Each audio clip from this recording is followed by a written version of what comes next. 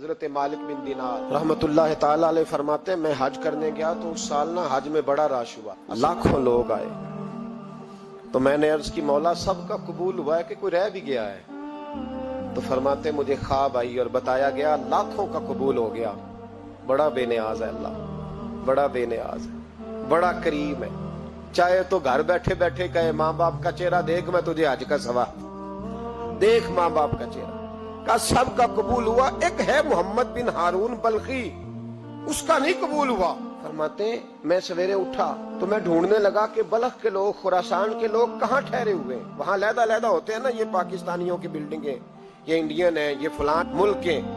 تو کہتے ہیں میں ڈھونڈتے ڈھونڈتے پہنچا تو میں نے بلخ کے لوگوں کو پا لیا. میں نے پوچھا تم میں محمد بن ہارون بلخی کون ہے؟ تو لوگ کہنے لگے وہ تو بڑا نیک آدمی ہے، بڑا پرہیزگار ہے. کہتے ہیں میں نے کہا مجھے خواب آئی ہے، آج قبول نہیں ہوا، یہ تعریفیں کر رہے ہیں.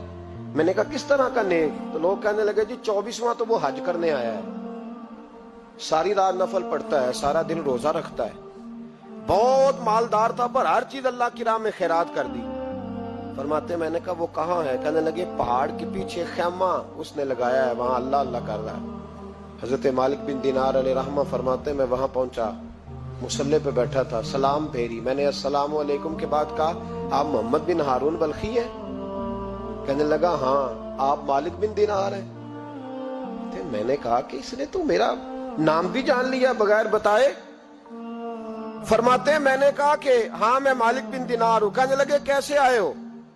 میں نے کہا بس ملنے آیا تھا. کہنے لگے نہیں، جس کام آئے ہو وہ بتاؤ. میں نے کہا میں ملنے آیا ہوں. تو کہتے ہیں وہ رو پڑے. کہنے لگے نہیں، آپ کو خواب آئی ہوگی کہ میرا حج قبول نہیں ہوا. کہتے ہیں میرے رونگٹے کھڑے ہو گئے کہ اسے اتنا بھی پتا ہے کہ میرا حج قبول نہیں ہوا. میں نے اس کو کہا کہ تجھے کیسے پتا کہ مجھے خواب آئی ہے؟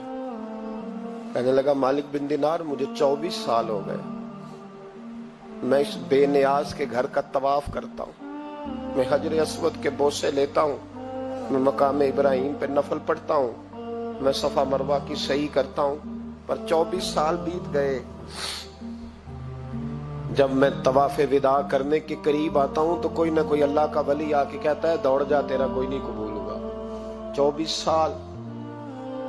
تو مالک بن دینار فرماتے میں اس کے قریب بیٹھ گیا اور اس کے گھٹنے پہ ہاتھ رکھا. میں نے، بندہ بھی معذور تھا، اس کا ایک ہاتھ کٹا ہوا تھا، چہرے پہ عبادت کے نشانات نمایاں تھے. اور میں نے کہا یار پھر تیرا حج قبول کیوں نہیں ہوتا؟ تو کہنے لگا مت پوچھ، تو مجھ سے نفرت کرے گا. میں نے کہا نہیں تو بتا. کہنے لگا نہ پوچھ. میں نے اصرار کیا تو کہنے لگا اس لیے نہیں قبول ہوتا کہ میں اپنی اماں کا نافرمان. ماں کا نافرمان کیا ہوا؟ تو کہنے لگے اللہ نے دولت دی، جائیدادیں، گھوڑے، زمینیں، میں عیاش ہو گیا. میں اللہ کے دیے ہوئے مال کو ناجائز جگہ خرچ کرنے لگا. ماں میری بوڑھی تھی، عبادت گزار تھی، مجھے سمجھاتی تھی. رمضان کا مہینہ، عصر کے بعد اماں تنور میں روٹیاں لگا رہی، میں گھر آیا شراب کے نشے میں، اماں روٹی دو. ماں کہنے لگی شرم کر، روزہ رکھا نہیں تو جنہوں نے رکھا ہے ان کا تو خیال کر. کہتے ہیں یہ لفظ میں نے سنے تو ماں کو ایک تھپڑ دے مارا. اماں جلتے ہوئے تندور میں گر گئی. لوگوں نے مجھے کمرے میں بند کر دیا. کہتے ہیں ساری رات میں شور سنتا رہا پر نشے میں پڑا رہا. اگلے دن ظہر کے بعد آنکھ تب کھلی جب میری بیوی الماریوں سے کپڑے نکال رہی تھی. میں نے کہا کہاں جا رہی ہو؟ کہنے لگی میکے جا رہی ہوں، میں ماں کے قاتل کے ساتھ وقت نہیں گزار سکتی. میں نے کہا ماں قتل ہو گئی؟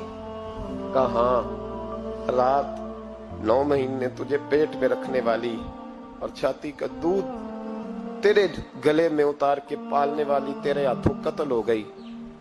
کہا کدھر ہے میری ماں کی میت؟ کہا دفن کر دیا. بتایا کیوں نہیں؟ کہتے مرتے وقت کہہ گئی تھی اسے میرا منہ نہ دکھانا، میرے جنازے کے قریب نہ آئے. کہنے لگا میں اسی وقت اٹھا جس ہاتھ سے ماں کو مارا تھا، کلاڑا لے کے ہاتھ کاٹ دیا، جائیدادیں، گھوڑے، مکانات خیرات کر دیے.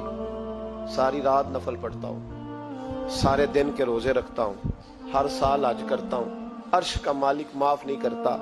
حضرت مالک بن دینار کہتے ہیں میں نے بھی ایک تھپڑ مارا. میں نے کہا تو اسی قابل ہے، تجھے معاف نہ کیا جائے، کبھی تجھے معافی نہیں ملے گی. کہتے ہیں میں ہو کے آیا، وہ روتا رہا، تڑپتا رہا. میں سویا گھر آ کے تو مجھے مصطفیٰ کریم علیہ السلام کا دیدار نصیب ہو گیا۔ نبی پاک صلی اللہ تعالی علیہ وسلم نے فرمایا مالک تو اسے کیوں مایوس کر آیا ہے اللہ کی رحمت سے، کیوں کہہ آیا ہے اسے؟ میں نے کہا حضور اتنا بڑا قاتل ماں کا کیسے معافی ملے گی؟ تو محبوب فرمانے لگے اس کی ماں کی وجہ سے ہی اسے معافی ملے گی، ماں کی وجہ سے۔ حضور کس طرح؟ فرمایا ماں قیامت کے دن اس کے خلاف مقدمہ دائر کرے گی، کہے گی اللہ اسے پوچھ میرا جرم کیا تھا، مجھے کیوں جلا کے مارا؟ رب بات سنے گا اور پھر کہے گا اٹھاؤ اس کے بیٹے کو۔ ماں او بچے کی ماں بھیجے نا اب تیرے بیٹے کو سزا دے، کہ یا اللہ سخت سزا دے، تو رب کریم فرمائے گا اٹھاؤ اسے جہنم میں لے جاؤ۔ مصطفیٰ کریم فرمانے لگے جب زنجیریں ڈال کے فرشتے دوزخ کی طرف لے جا رہے ہوں گے نا تو پلٹ کے ماں کی طرف دیکھے گا، تھوڑا پھر آگے بڑھیں گے تو پھر دیکھے گا، پھر دوزخ کے قریب جائیں پھر دیکھے گا اور کہے گا اماں جی مجھے جلائیں گے، مجھے تکلیف ہوگی، زندگی میں جب درد ہوتا تھا تیرا نام میری زبان پہ آتا، اماں مارنے لگے ہیں مجھے، جلائیں گے۔ میرے مصطفیٰ کریم فرمانے لگے وہ ماں اسے جلا کے مار دیا وہ میدان محشر بول پڑے گی، کہے گی اللہ اے اللہ اے اللہ۔ رب کریم فرمائے گا کہہ، عرض کرے گی مولا میں نے معاف کیا تو بھی اسے معاف کر دے۔ اللہ فرمائے گا اس نے تو جلا کے مارا، تو کیوں نہیں جلنے دیتی؟ حالانکہ اللہ سب جانتا ہے، کہے گی مولا میں تو ماں ہوں نا، کیسے موقع دوں؟ تو میرے محبوب فرمانے لگے مالک اللہ اسے اس کی ماں کی وجہ سے